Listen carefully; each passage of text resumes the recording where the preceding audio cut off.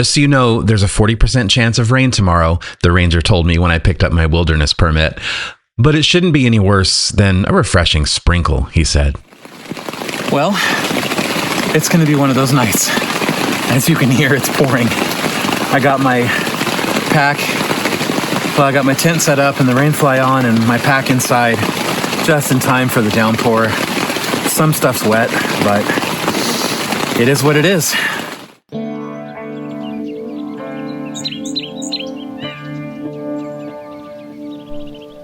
But all this is invisible from the bottom of Yosemite Valley, like 1,000 other interesting things. One must labor for beauty as for bread, here as elsewhere. John Muir.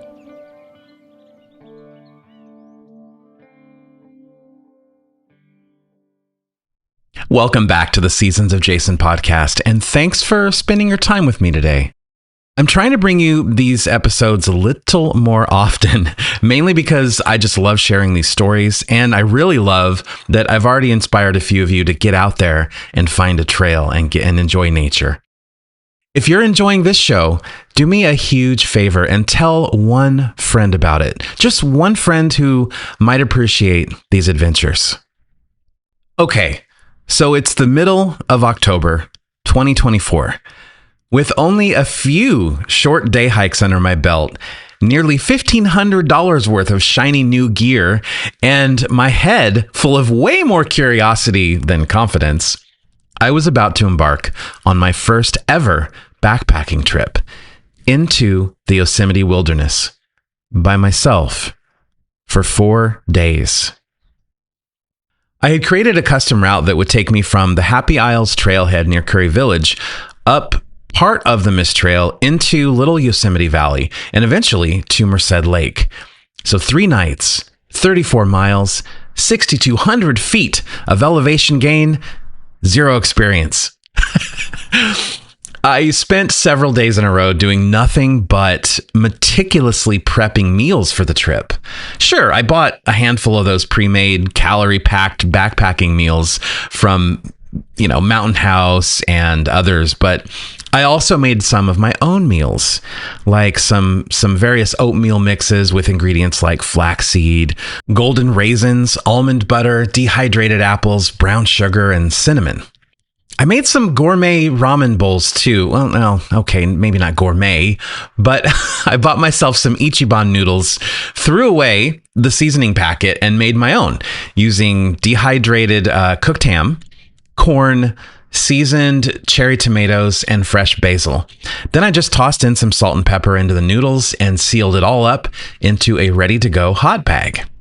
Now that I'm drifting down memory lane about the food angle, I realize I really enjoyed all of that preparation. I need to do that more often. Anyway, on October 15th, 2024, I loaded everything into my pack, strapped it to my back, and walked to the Amtrak station here in Merced, where the Yarts bus dropped me at Yosemite Village a few hours later. There's a 40% chance of rain tomorrow, the ranger told me when I picked up my wilderness permit, but it shouldn't be anything more than a refreshing sprinkle.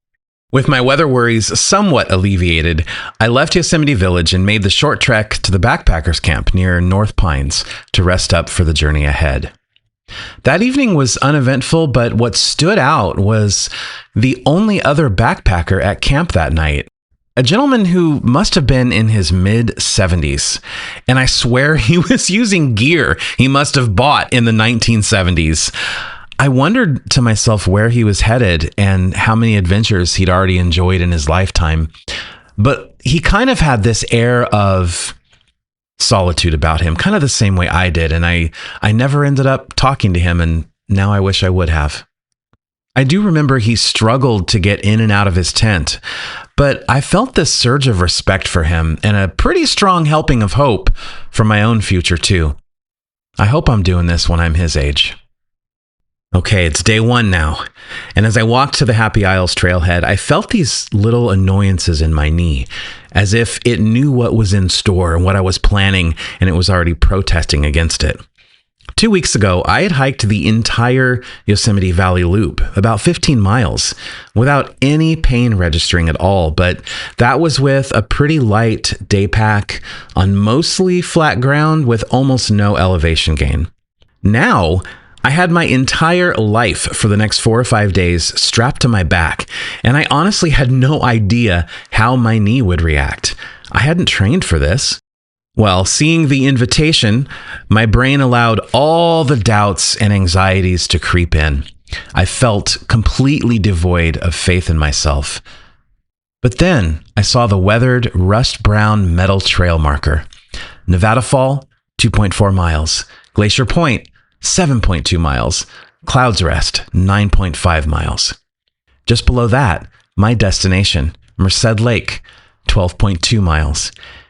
And cut into the metal at the top, in simple block letters, John Muir Trail. Originally, I had planned to travel the Mist Trail up to Vernal Fall before connecting up to the John Muir Trail. Now, I stood there for a minute, wondering if I should call an audible. Do I continue up the Mist Trail and shave off about a mile from my first day, or take my first steps onto the John Muir Trail? Way before the John Muir Trail was a popular route with markers and mileage and switchbacks and a steady stream of adventurous backpackers, this was just rugged wilderness. It was traveled by Native Americans across the spine of the Sierra Nevada mountain range to trade with other tribes and to reach higher elevation hunting grounds during the summer. That realization made the decision pretty easy, because I wanted to be an insignificant sliver of this storied trail's history. So of course, I took my first steps onto the John Muir Trail and instantly felt a surge of confidence. And that's good, because the trail, it's kind of like a personality amplifier. It can elevate happiness into euphoria, but it can also cause one small bad thing to snowball into a nightmare. So it's way better to be stocked up with optimism than negativity. Using this newfound confidence as fuel, I climbed and climbed and climbed some more. After every few switchbacks, I was pausing for a short break to admire the stunning scenery and to catch my breath. The valley floor was melting away, and the striking granite mountain vistas gradually started revealing their intoxicating beauty. I stopped for a quick lunch of mozzarella sticks and pepperoni wrapped up in a tortilla at Clark Point, soaking in the panoramic view of Half Dome, Liberty Cap, and Nevada Falls in the distance. I wasn't even 3 miles in, and I was already in awe of the raw beauty around every turn. I later found out that Clark Point is named after Galen Clark, who lived in Yosemite Valley for decades before the national park system even existed. You know, we hear so much about John Muir in relation to Yosemite, but Clark deserves a little more public mindshare than he gets. In the 1860s, the United States Congress appointed him as the region's guardian, and his job was to protect the area's natural features, especially the Mariposa Grove of giant sequoias. He built trails, planted trees, helped out early visitors, and basically served as Yosemite's caretaker for decades. He had already been there for years when John Muir took his own first steps into the Yosemite Valley. As I said goodbye to this stunning viewpoint, the rain started as I fought my way up the trail with its steep, uneven terrain. So far, the ranger's interpretation of the forecast was accurate. It was a light, refreshing sprinkle. But that's all it takes to make those granite steps slippery and dangerous, especially because they've been worn so smooth by many, many years of water, weather, and tens of millions of human feet. Somewhere during the approach to Nevada Fall, I broke down and I just cried. It was just a rush of all kinds of emotion, equal parts beauty and misery. With my inexperience carrying so much weight, my fear of heights, at times there's kind of, I don't know, based upon interpretation, maybe your mileage may vary. But there can be some nasty exposure that could present a real problem if you slip the wrong way. And with the rain making every step dangerous, this suddenly felt like the hardest thing I'd ever done in my life. I was really overwhelmed, and I started to genuinely believe I was making a mistake, that I didn't belong out here. I'm out of my element. I should stick to day hikes. Noticing that I still had some signal, I called my best friend, Kimber, who gave me quite possibly the world's best pep talk and single best motivational line I've ever heard. I needed that so much.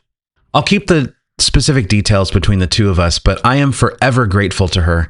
Her words propelled me forward.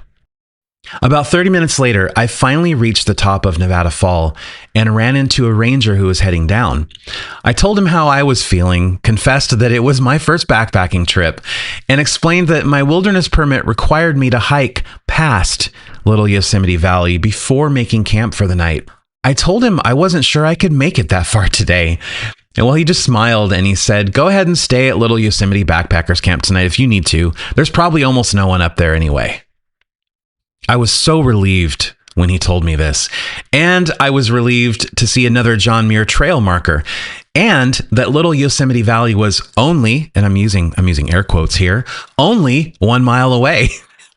Granted, it would be yet another mile of ascending, but this climb should be far gentler than what was behind me.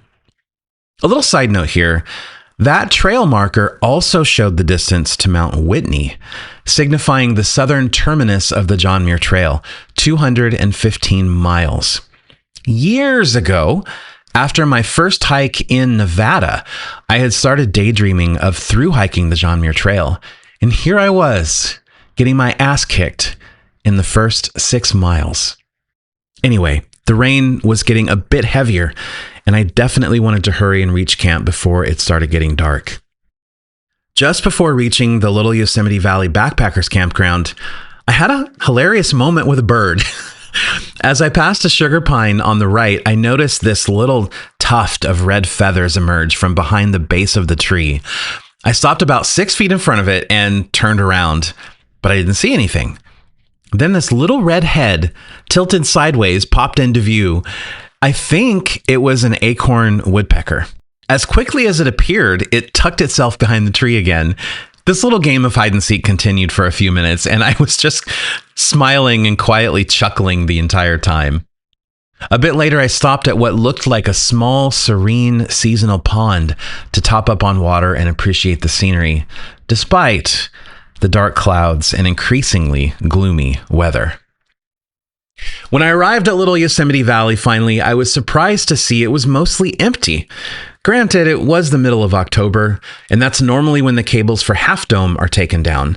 Of course, I didn't know that at the time, and I just assumed it would always be busy here, since this corridor is often used as a base camp for one of the world's most popular hikes.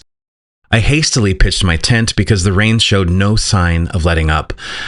That refreshing sprinkle was threatening to stick around and escalate into a proper storm. I tossed all my gear into the tent and quickly cooked up some dehydrated chicken pho just before the rain shifted from a soft, rhythmic pattering to a heavy downpour. And just like that, I became part of a long tradition of people hilariously underestimating the unpredictable weather in the Sierra Nevada mountains. Well, it's going to be one of those nights. As you can hear, it's pouring. I got my I got my tent set up and the rain fly on and my pack inside just in time for the downpour. Some stuff's wet, but it is what it is.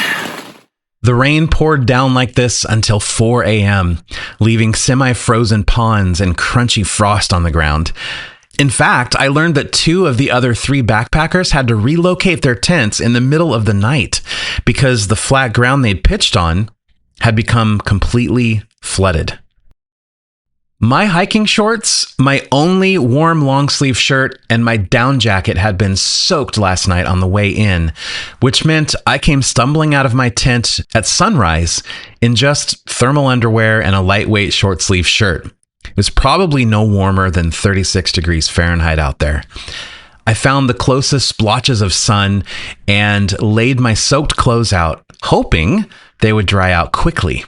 Then I immediately jumped back into the cozy warmth of my sleeping bag.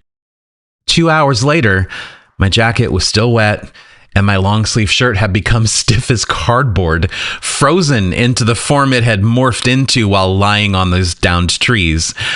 I wouldn't end up hitting the trail until 11 a.m., leaving me about 7 hours of good hiking until sunset. Unfortunately, it wouldn't be enough time to reach my destination at Merced Lake.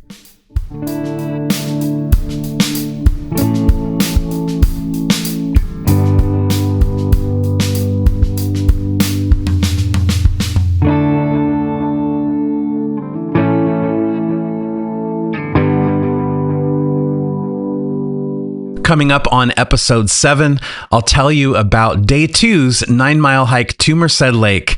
It would deliver breathtaking visuals around seemingly every turn, but between racing the sun, hurting my knee, losing the trail, and almost nonstop elevation gain, it would present an even steeper mental and physical challenge than day 1. For more of my hiking adventures, visit seasonsofjason.com. And until we chat again, take care and take care of each other.